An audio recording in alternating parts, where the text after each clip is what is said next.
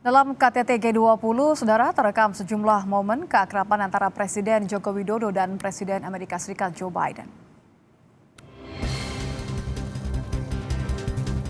Ada momen menarik saat Presiden Joko Widodo menyambut sendiri para delegasi peserta KTT G20.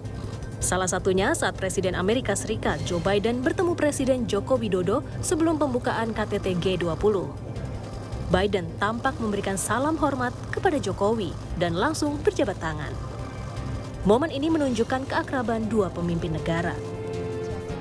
Presiden Jokowi dan Presiden Joe Biden juga duduk berdekatan saat sesi pertama KTT G20 di Candi Ballroom di Apurva Kempinski, Bali.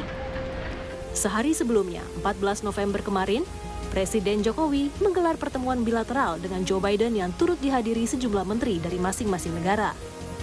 Presiden Jokowi mengucapkan terima kasih atas dukungan dan kehadiran Presiden Biden dalam KTT G20 di Bali. Presiden Jokowi berharap fleksibilitas Amerika Serikat dalam pembahasan deklarasi dan mendorong peran Amerika Serikat mewujudkan perdamaian dunia dan kemakmuran di Indo-Pasifik.